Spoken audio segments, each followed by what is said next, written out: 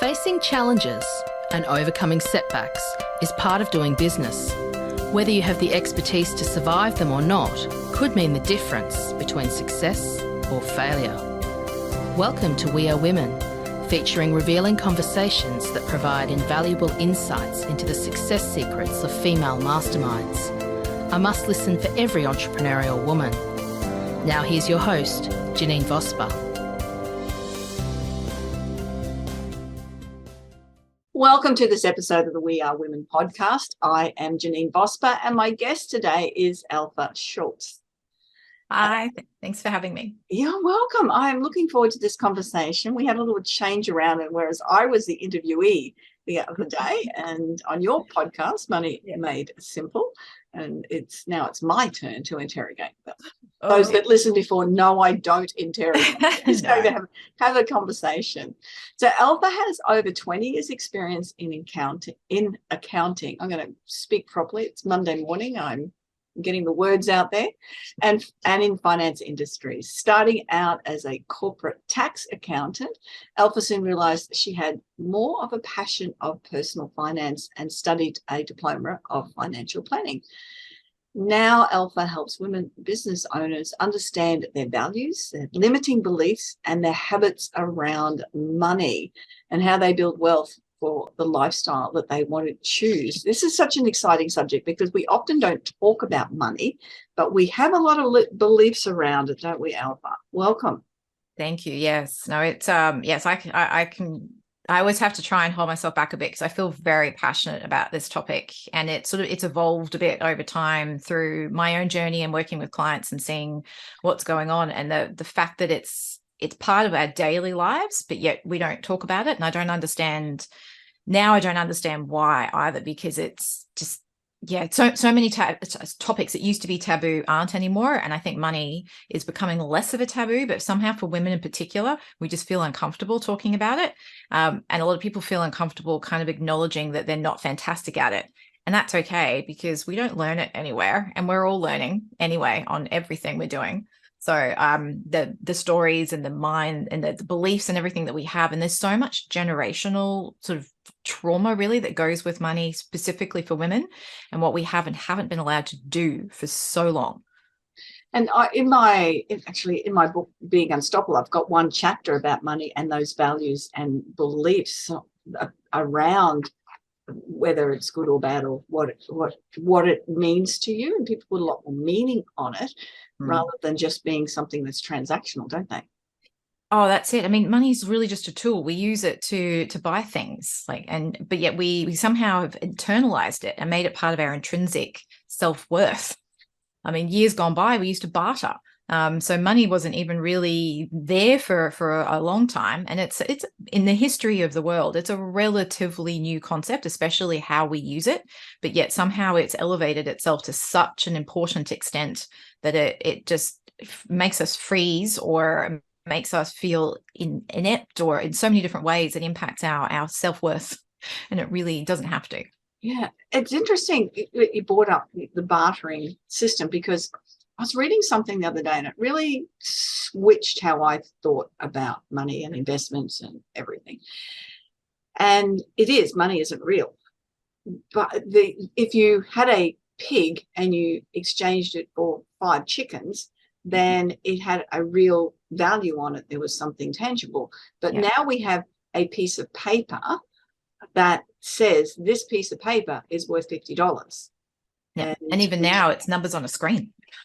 Yes, correct. And exactly right. You look at your bank account and how much money you have in there, or not, but you look at it, and it's, again, just as you said, money on a screen. It's not 50 pigs in the backyard that you can exchange for that. You've got to trust that your banks are doing well and that they're all everything's safe there, because again, there's nothing that says this is real. And it was a real wow for me thinking about that, because, and then we have, of course, the digital currencies as well, which even is less real. Whole different space. I mean, again, it's not real either. And people are scared of that, but money isn't real either. No, It's no, neither of them are no. real in the tangible construct of what we can pick up a glass of water. If we Mm, didn't have a glass, the water would just go everywhere. That's mm, tangible and that's real, but money, yeah. And if we have that piece of paper, that $50 piece of paper in our pocket, we can exchange that for $50 worth of product. yeah. And then how Very, do you put the value on what it is that you're buying as well? Because there's the actual monetary value, and then there's the intrinsic value that you have. Like some people, and it also depends very much on cultural background or whatever. There might be something that you buy that you find is of greater value to you than somebody else. So there's the concept of value is also very fluid because it's very individual. And I think a lot of the issues we have around money is we try and apply a one size fits all. $50 to one person is not the same as $50 to another person because it depends how many other $50 they've got, yeah. and what they choose to actually do with that. One person might choose to invest that $50. Another person might put it into lottery tickets or into poker machines. Like it's so individual, but yet somehow we all, and this is why I start a lot with values and mindset, because unless we understand what our values are, we understand who we are, the concept of money, it's really difficult to get anything to stick. I've worked with financial planners, and because we sort of work hand in hand quite a lot of the time because there's a lot of educational piece that they can't really get into. And I hear the frustration like, oh, we got this person all set up, and then 6 months later their credit card debt was back up to $20,000. Because we haven't gone back and figured out the fundamentals of why they're spending and what they're spending it on in the first place and what they're actually trying to achieve with their life. Because if they don't have hope or a view for their lifestyle or their life in general, they're never really going to get there because they don't know where they're going. And then what popped into my mind, that's very much like losing weight. You can lose the weight, have it set up, but then put it back on again because you haven't changed the basic habits, because you haven't changed what your values and beliefs and again the value you put on achieving that goal or that result. Yeah, that's really interesting. Yeah. So there's a lot of way. I was reading a book the other day called The Psychology of Money. And then I've also been reading James Clear's Atomic Habits. And a lot of these concepts really kind of flow in together where you have that sense of identity.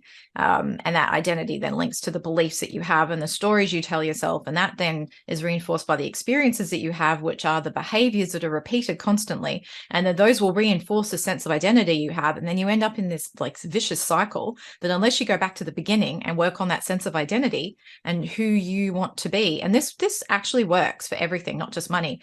It's interesting you just say food. I was going through a phase where I'd started to probably eat a little bit too much chocolate, especially after dinner. And then I thought, okay, well, I'm going to have to work on who I identify as. And I was like, I don't want to be the sort of person who eats chocolate after dinner every night. So I would go to reach for that chocolate. I was like, no, remember, this is not you anymore. This is not who you identify with because, and then I have a bigger reason why, because that also helps you when you're, feeling a bit, depends on what your triggers are. But you have to then reinforce that sense of identity again and again and again and have it linked to something. And same with your money. Otherwise, like I saw this happen a lot with clients during the pandemic. They just spent on stuff that they didn't need and they know wasn't the right decision, but somehow they just were impulsively drawn to it. Yeah. And then that causes, that flow on effect. I really like that concept as who do you identify as?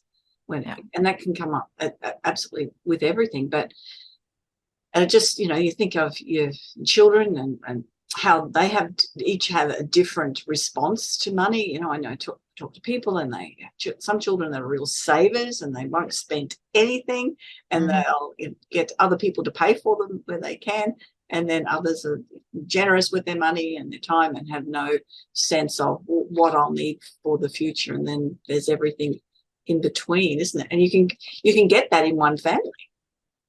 Oh yeah. I mean, and even when you try and like my daughter has, like we do the jam jars, and this is another thing I have with, when they talk about just money being numbers on a screen, it's very difficult to teach a child about money unless you can physically touch it. So she does have her coins in a jam jar, and she has a save jar which she doesn't touch. She doesn't want to touch that. So that's now, building and building, but her spend jar is almost always empty.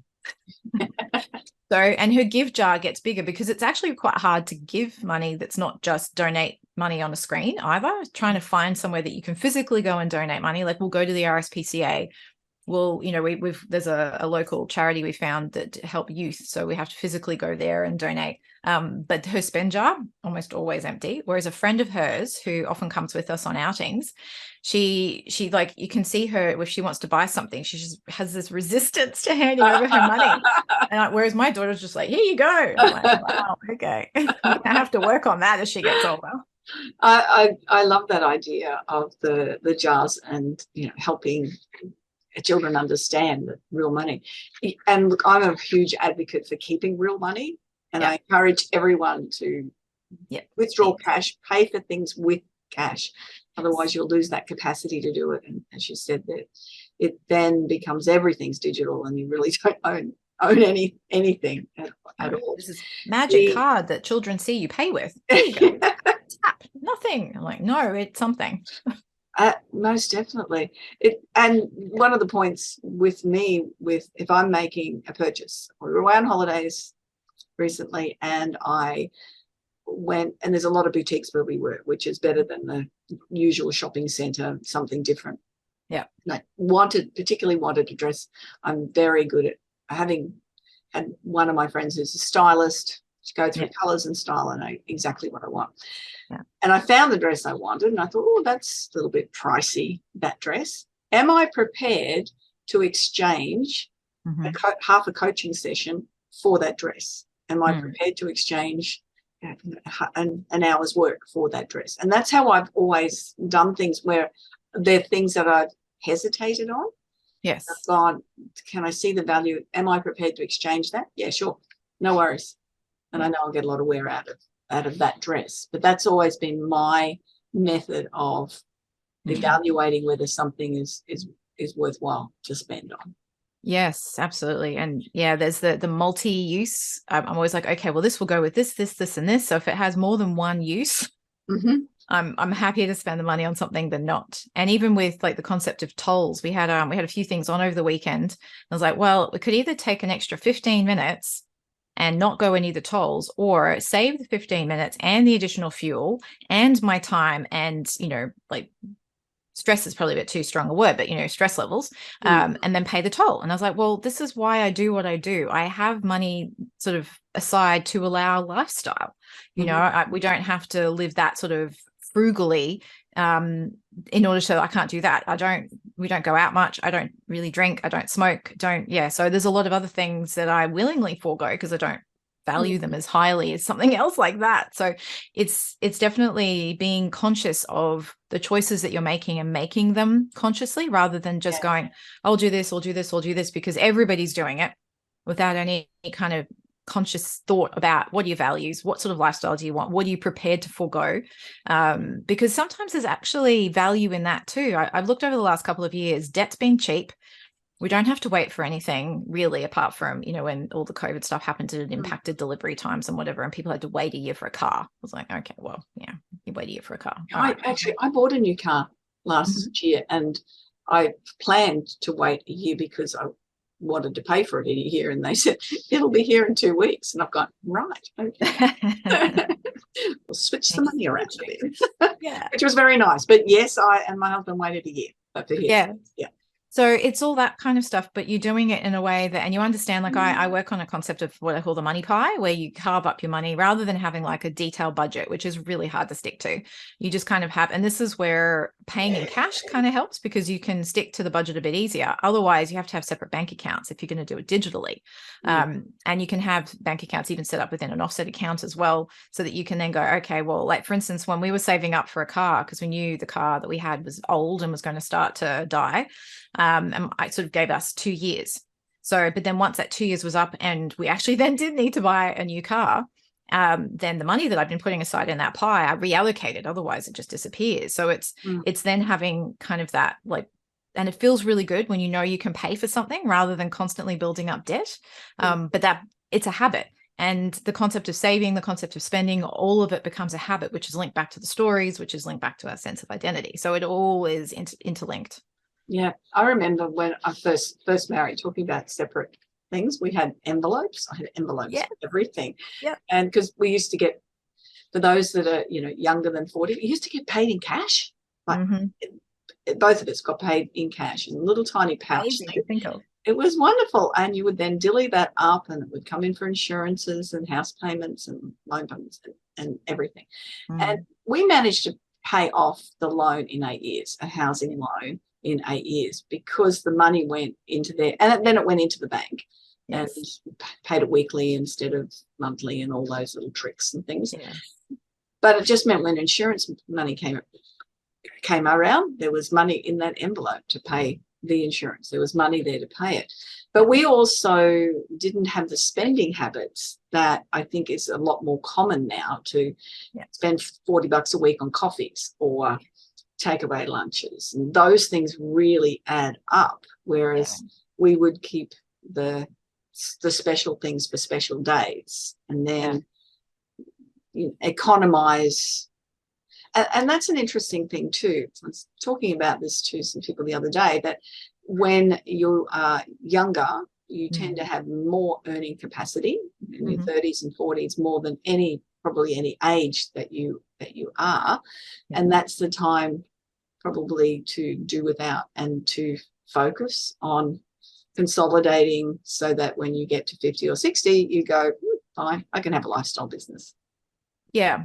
And you can or not work, or want to do whatever the choice. You can do what you want to do. Whether it is still continue to work. Yeah. And that's also when you probably have also the most expenses, because you've got probably the bulk of a mortgage happening. Then you've also then got children and the fees and things that go with children, especially if you go down. I've had clients where I've just looked at the private school fees and gone, oh my goodness, like hundreds of thousands of dollars have gone into school fees across multiple children. And that's a choice, absolutely. And it's a valid one too, but it's something that has to be factored in. And it's but it's an interesting concept, that how easy it is to spend money now. It's a lot easier than it ever used to be.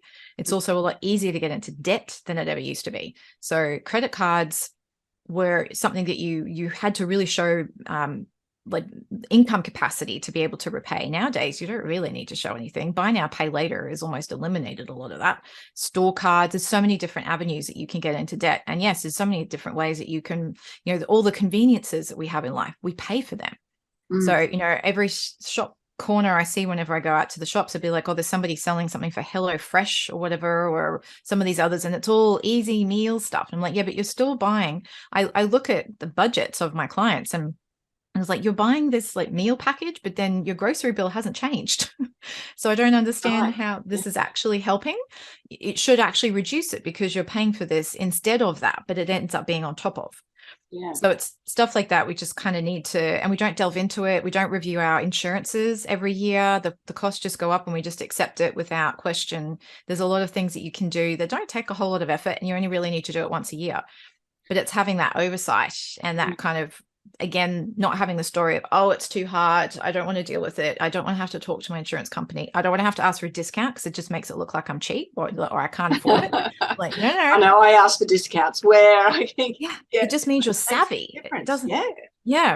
So it's just adjusting our frame of mind and how we look at it and how hard we think it's going to be. It doesn't have to be hard. It is if we tell ourselves it is. Like, that's the difference between truth and reality are quite vast if we start to look at what we perceive to be truth about our lives, especially our finances, versus what the actual reality is.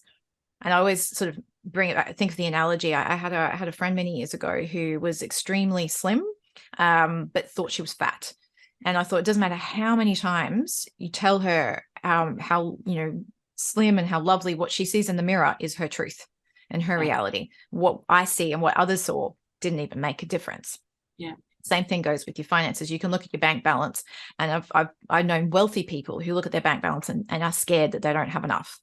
I was like, well, okay, so that fear can be there no matter what your bank balance, which again then comes down to how you identify and the stories that you tell yourself and what has also happened historically. So we look at children who are growing up in the current moment are going to experience a lot of change. So they might be able to adapt better when they're in their teens and 20s, perhaps, than the children who were born maybe 10 to 15 years ago, because we've experienced a lot of economic growth and stability over the last 10 to 15 years.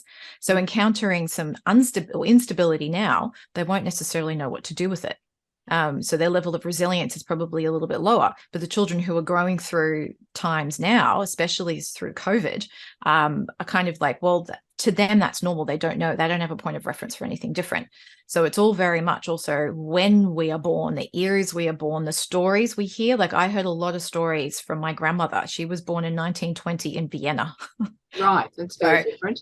Yes, lots of turmoil. And my mother was born in 1944 in Vienna. So still lots of, so I get a lot of that, whereas my daughter is getting our stories. And there's not that much turmoil really in comparison to that. No. So she doesn't understand, you know, sometimes when we might revert back to the stories we heard from our grandparents, and when we hear of, you know, things that are, so we're like, okay, we'll pull back the spending now, because I mean, we don't have debts. We don't have to worry about the interest rates. We're quite lucky in that way, but there's still other costs that are going up. So we're like, okay, we just need to be a little bit more moderate. We've probably gotten a little bit too comfortable over the last few years. But then she'll be like, oh, so why are we suddenly starting to think about this a bit more? So she's going to have to start to learn that now as well. And that same will go for other children and other families too, because there's not as much money around as there was a couple of years ago. No, and yeah, there's a whole lot of really good points in there, that sense of, and interest rates, I mean, for most people are really quite telling, and that's part of borrowing more than you have the capacity to pay. I know when we were paying interest rates, we had ours fixed at 13%, but they went up to 18%.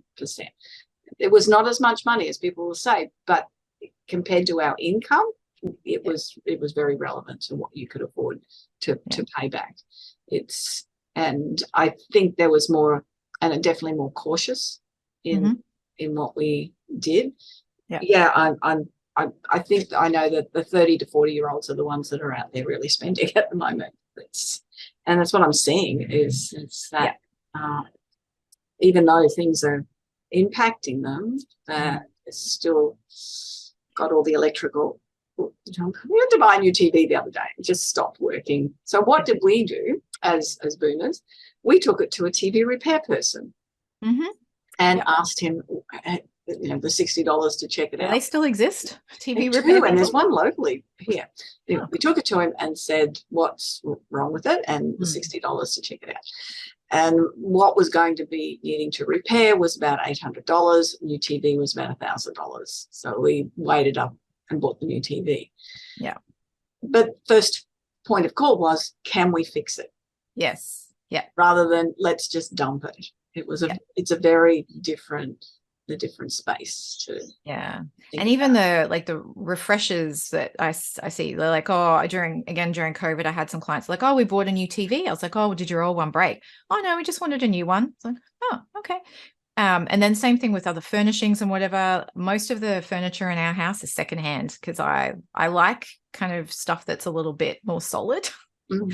And also it's some of the prices out there. Like I wanted to buy a sideboard. It's going to cost $3,000. And I ended up finding an entire dining and lounge suite, which my mum and I split up for $2,500. Yeah. And then we split that. So I was like, wow, and it's so nice. It was, handmade in the rocks down in the 1970s, and it's not too dated. Yeah. But yeah, so things like that. And then selling things too. I pretty much all of the things that my daughter has grown out of, toys, not clothes, I give them away, but a lot of the toys, especially, I will keep boxes and I will keep things because I know I'm going to resell them. Yeah. And that's a great income earner for people as well. And one is, yes, definitely. I love the tips about going and checking your insurances, your Netflix. Do you need 5 different streaming channels? Yeah. How many are you watching? Pick the ones that are really important. I know I did this exercise a couple of years ago. And just even when you're putting a new insurance on, just don't go back to your standard insurance broker.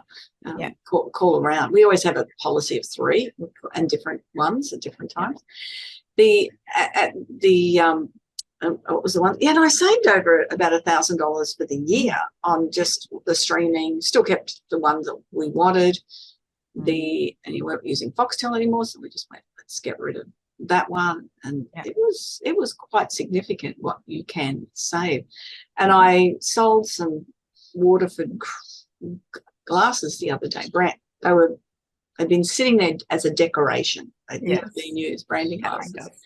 Yeah, and so the person got great value. They bought them for $200. They are worth £350 for the classes.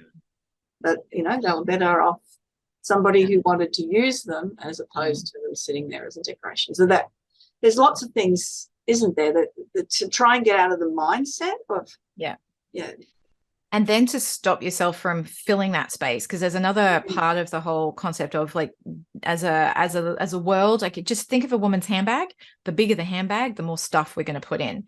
So if you take stuff out of your house or your handbag, don't just fill it with more stuff. It's then about trying to be happy with something that's a little bit more minimalistic, because then what will happen is you'll value the things you still have more, because you'll also see them.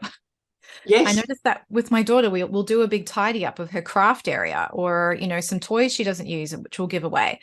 And then all of a sudden she's playing with all this stuff that she's sort of missed before because it was buried in all of the clutter. Yeah. And the same thing goes, like now you'll probably use some of your other nicer glasses even that you probably wouldn't have before because you just don't see them as much. So there's that. Then coming back to what do I value? Who do I want to be? What do I identify as? All links back into that, because we're so interlinked as human beings in terms of what we do and what we think and how we behave, that you can't really have one without the other. Yeah, no, I got someone close to me and we were away on holidays and the other day, and they are very happy spending money. It's not necessarily that they have a great deal of it, but they love spending it. Yeah. And someone said, "Oh, we'll be down here on holidays next year for a week." "Oh, good, I'll come too." And a couple of $1,000 later, and think just spur of the moment decisions, because it seems like fun at the time. Yes. And it's without reckoning, and I understand there's going to be difficulty down the track, but without thought to it, was that this person values having a lot of fun. Yeah. And that seemed like a great idea and fun at the time to do that. Yeah. And this is where, again, when I talk about that money pie before, about how you carve it up, I always say have a fun fund, because it's absolutely necessary. However, like you don't go beyond the fun fund. So if you've only got a certain amount of money in that fun fund and that won't cover the trip that you have in mind, well, then don't do the trip right now. Save a bit more until you can cover it. But absolutely have a fun fund. It'll probably end up going down to empty each year at some point, but you just build it back up again. But only tap into that. Like we're going away for a month back over to visit my husband's family, and the money will come out of that fun fund. And that's if we didn't have the money in that fun fund, then we'd have to wait a bit longer and save up for it. But we haven't done much traveling over the last few years, so there's money in there. There's money, yeah. So, but it's having that, like, again, having that idea of, what, I love to have fun. You're like, great. Well, then maybe you need to put a bit more into your fun fund each month, which means you need to find that money somewhere else. So you need to be very conscious of some of your other spending to make sure you've got fun money. Yeah. And again, it's that priority. What do you value the highest? How did you get into finance? I mean, it's sort of not as many women are in that space, and I know you have an accountancy degree, which tends to be not as common. It is a lot more now, but I noticed that people I've been speaking to, not necessarily. So what's your story, Alpha? So a lot of it started as personal experience, and it sort of blossomed from there because I was helping friends. But I started out, and getting into accounting was a bit of an accident as well, because I love traveling. So I was like, when I was sitting there at the end of school, and my parents and my mum and my grandma were very much, you have to go to university, you have to have a good education, and that was kind of like their thing. And when I sat down in front of the form, I was like, I love traveling, I'll pick international business. But then during the degree, I was like, well, I don't know what job I'm going to get out of this because it's a bit general. So I then added commerce and did marketing, and again, finished that degree and went, I still can't get a job. I got approached by, they were Price Waterhouse back then. Now they're PwC, to do an internship. But then at the end of that, they're like, oh, well, you don't have an accounting degree. I was like, well, you knew that beforehand. So I then thought, okay, well, I'll get an accounting degree. I still didn't end up working for them. I ended up working for KPMG, one of their competitors, as a grad, and didn't really enjoy the tax side. I loved working for clients, and I realized I loved consulting, and I loved working with people and problem solving. So I'd figured out that part through that job. And then I sort of progressed and moved a bit. And then I started working as a management consultant and began earning a bit more money, which then made me realize how little I knew about personal finance. So I got a financial planner, and then realized they weren't really a planner per se. They were a salesperson who was selling me into funds I was paying lots of fees for. So then I did the Diploma of Financial Planning because I was really interested in it, and my curiosity kind of got the better of me. And as I was doing that, I realized how much it is that we don't get told. So I was starting to make a lot more adjustments in my world. And then some close friends were noticing as well. So they asked me to help them. So I started helping them too, more with the money education side. The product and financial planning side, they could still go to a planner for that, but it was more. And then I was on my own personal development journey as well. So I was doing neuro-linguistic programming. I even looked at hand analysis. I was looking at all sorts of different things to try and figure out, who am I? What's my purpose? Had this whole like crisis of, what am I here for? Probably in my late 30s. Oh, sorry, late 20s, early 30s. Yeah. And then I realized when I was working with people that the things that were holding them back were mainly up here, because a lot of money stuff, it's very pragmatic. You can literally, I have checklists, but nobody wants the checklists because they're too overwhelming. And I was like, well, why are they overwhelming? They don't like the spreadsheets. They're overwhelmed. I was like, well, okay, so we've got to go a step even before that. And that's what kind of really delved me down this path. And I love seeing the changes and the transformations that happen. And they certainly don't happen overnight. And they do need a bit of hand-holding, which is why I reintroduced private coaching again this year, because I felt like there was just a bit of a disconnect. When you just give somebody self-paced learning, it's a lot harder for them to stay motivated. But it was a lot of my personal journey, and then also acknowledging the stuff that I'd seen through my, the way my grandma, like when you talk about fixing, my grandmother had close to 20 irons in her like basement area when we were cleaning out her house, because she thought, oh, I'm going to fix this one. And then she needed an iron, so she bought a new one, but I'm going to fix the last one. And that just never happened. A lot of irons, isn't it? Yeah. Yeah.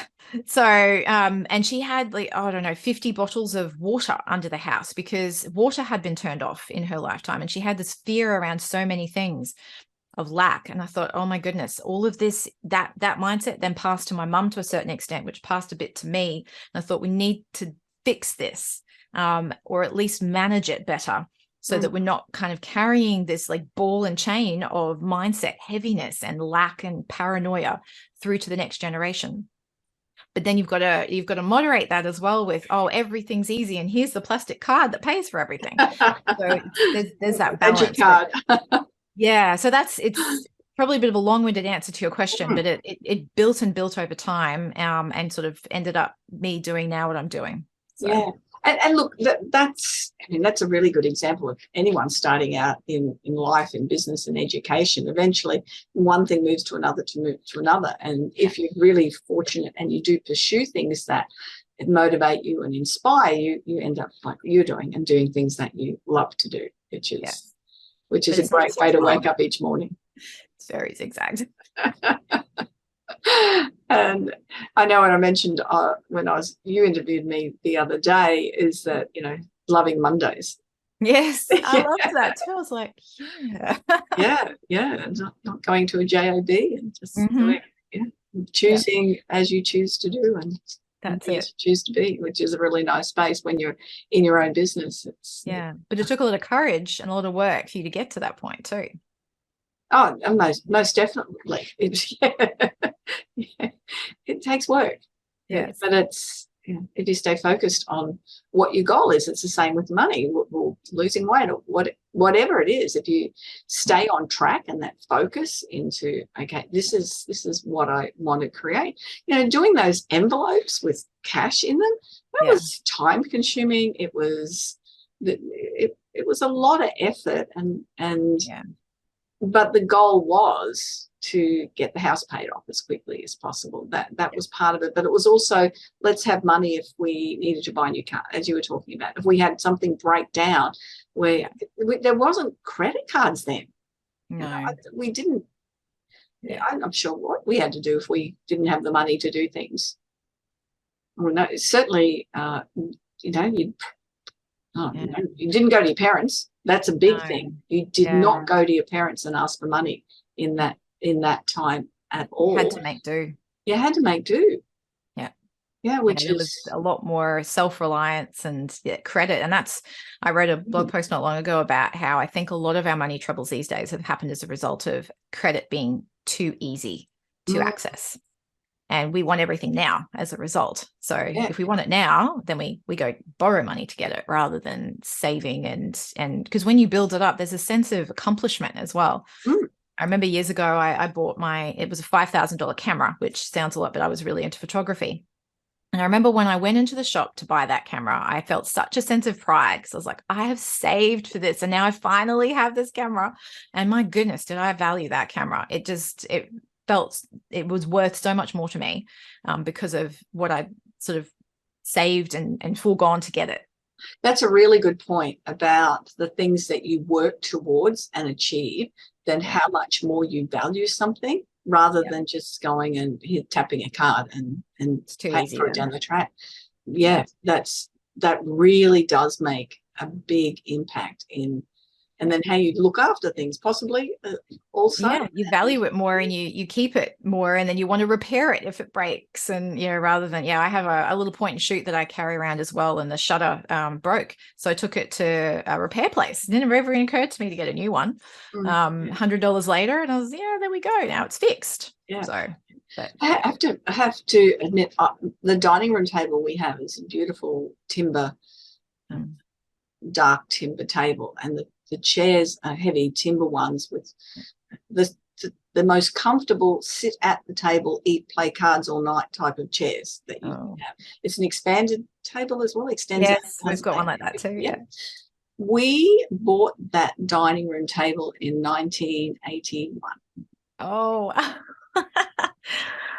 see, they made things to last back then too. That's fantastic. And it's really back in fashion. I've reupholstered it twice. And we've had it French polished once during the time. It's due, after a cat getting up and scratching a bit out of it, it's due to have a French polish again. And I have no desire to move it, sell it. It looks great and it's really comfortable to sit in. Well, that's got everything, and it doesn't and it will continue to last to the point where you could pass it on to family, or it's just that's why, one of the reasons why I bought the set that I did. It was a couple who were downsizing and going into a home, and they bought their entire dining suite and lounge suite together when they got married. Wow. So that was, I think it was mid-1970s or something, because I found the original little cards that were tucked away in a drawer. And I was like, I just loved the fact that it had a story and it had a life as well, and that the life and the story would continue now in my family. And the story is an important part of it also. With that's what we talked about with business, wasn't it? Having a story. So, that's it. That creates a story, and it creates those memories, and it creates a value. So any tips in particular that you want to be able to share with people about? I know we've covered lots and lots of ideas and tips, and I know we come down to the 3 points at the end, but we're not quite there yet. I'm just thinking about some ideas for people about what they might do. So I think understanding what your core values are first, that is something that's really important. It is part of the 3 as well, but it's something that I think is really fundamental. The languaging that we use in relation to money, how we, not just the things that we physically, like we hear ourselves say, but also the words that we tell ourselves too. Like every time you say to yourself, oh, I'm not good with money, you're just reinforcing a story that is going to be true because you keep telling yourself that it's true. So that's languaging. That's so important with anything about, talking negative to yourself. And as you said, you don't need to even say it aloud.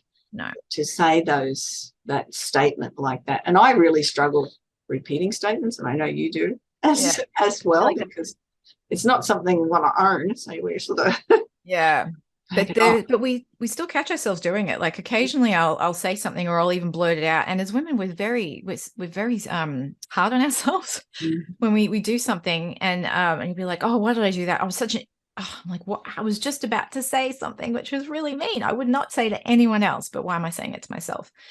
So yeah, so the languaging around money, and even the reactions that you have to things, like when you see somebody driving a Ferrari or something, or a car that you really like. Like I happen to really like Maserati, but I couldn't probably. I don't think I could ever actually bring myself to spend that much money on a car that just gets. I'm like, my accountant brain just goes into the depreciation mode. Anyway, but I see that and I'm just like, oh wow, look at that car. Listen to it roar. If you're sort of person who'd be like, oh wow, what did they have to do to earn that car? That's the sort of languaging as well. We don't want to get caught up in that sort of gossipy type things either. So it's being really conscious of how we respond and also how we support others, because we don't know what somebody's been through to get something. Yes, somebody may have got something that we don't perceive they deserve or have worked for, but others may have really worked their butts off to get it, or they literally might be just renting it for the day. As you know, we have no idea what's going on. So that then leads to something else, which is we don't make assumptions. So watching the languaging that we have around everything what we say, and if we're talking specifically about money here, and it's not just the direct words, it's also our responses and our thoughts, and perhaps there's sometimes some envy that comes in there as well, and that's human. We'll just be aware of it.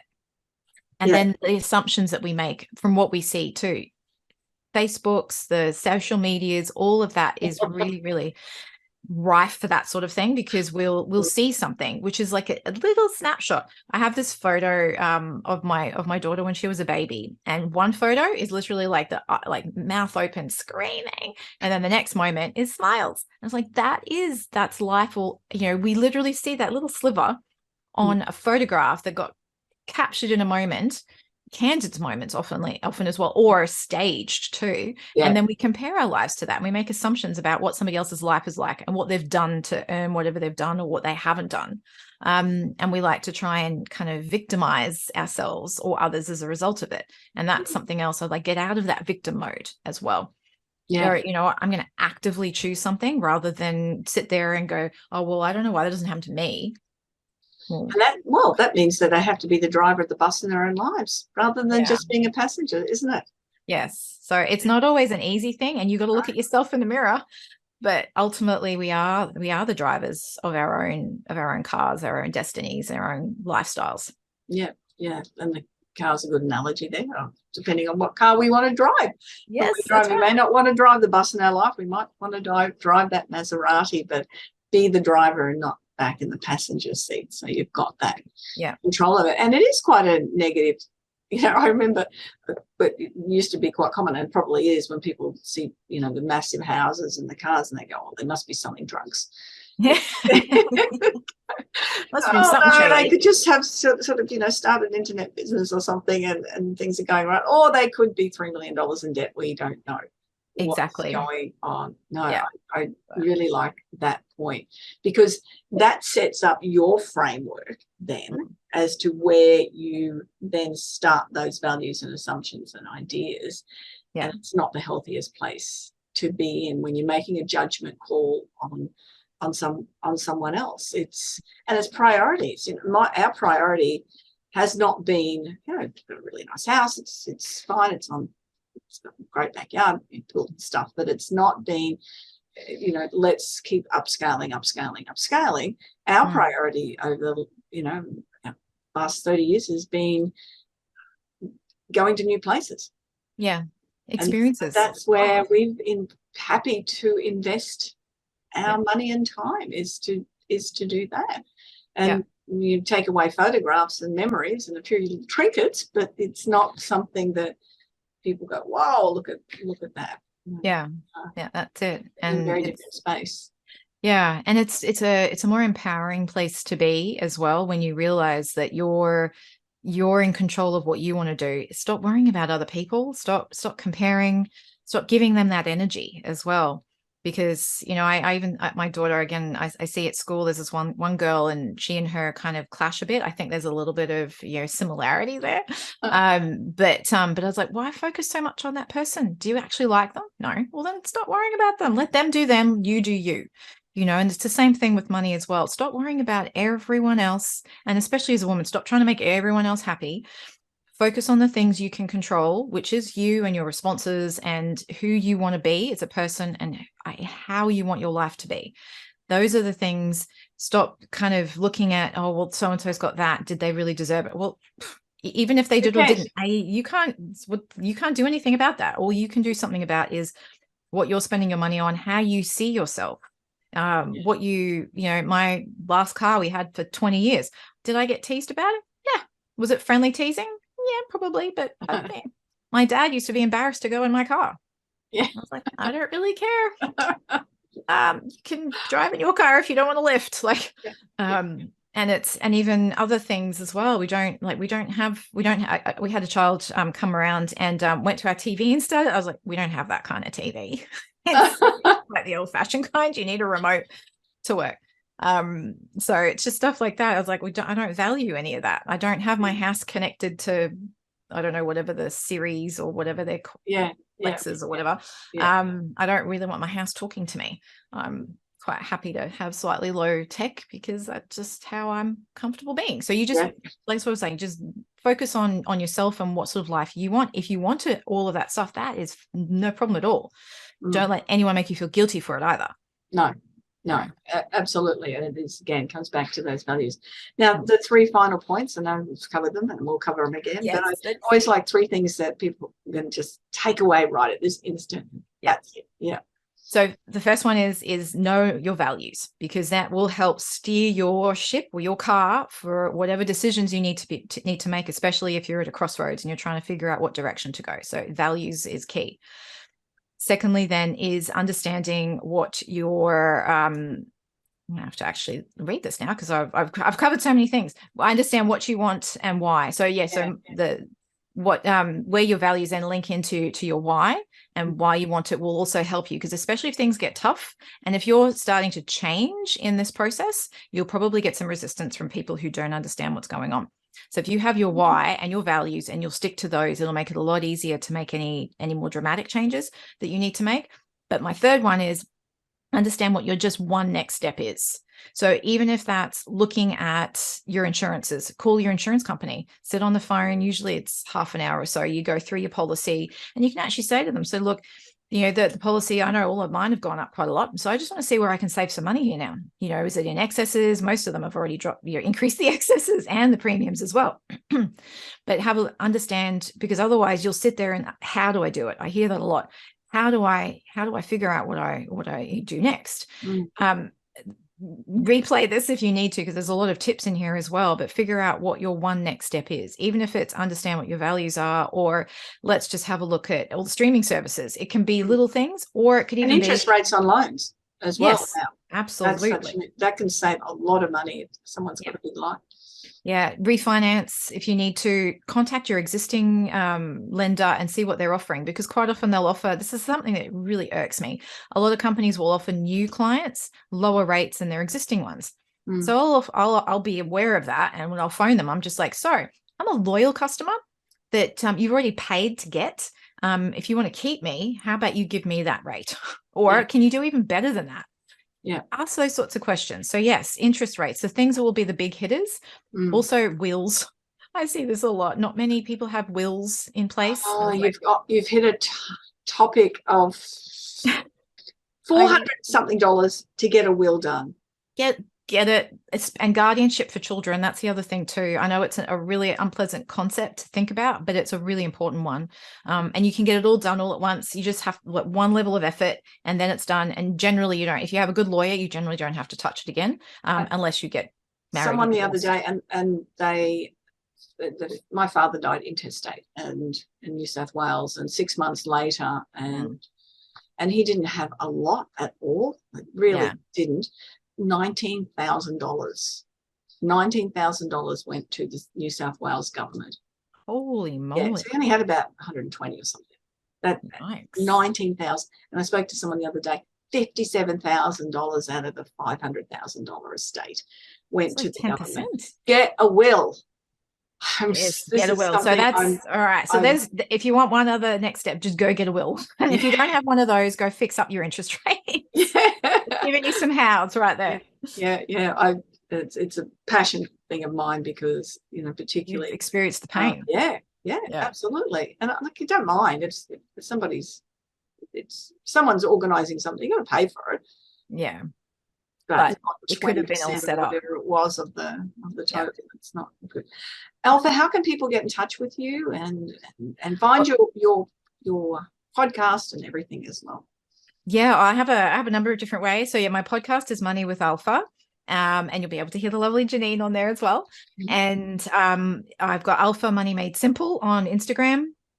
I'm MMS Money Made Simple on Facebook. You can even email me directly at alpha@money-madesimple.com.au. And my website is money-madesimple.com.au. It's all very simple. And I'll have it all in the show notes as well, so you'll be able to find Alpha. I have just enjoyed the conversation. There is so much great content in there. And as you suggested, maybe if they should listen to it again just to get the ideas and apply that one step. Yes. Yeah. Just needs one to get you started. And then you'll be like, oh, I've done that. I'll need to do this now. And then and it just starts to snowball. So just one step you need to get started. Oh, it's brilliant. Thank you very much, Alpha. Thank you for your time. Thank you for your expertise. It's been fabulous. Thank you. That's another episode of the We Are Women podcast. I am Janine Vosper, your host. Remember, you can have a chat with me by booking a discovery call by going to janinevosper.com. And trust me, if I am not the person that will be able to help you achieve your dreams and goals, then I know a lot of people who can. Have a fantastic day, week, month, whenever you're listening to this, and love your life and watch your money. Bye-bye.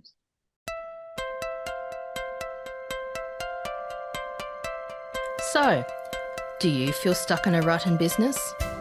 Visit speechperfect.com.au and download Janine's free ebook to avoid the 5 most common stumbling blocks women face in business. It's jam-packed, full of tips to overcome the barriers that could be holding you back from the success that you dream your business will be.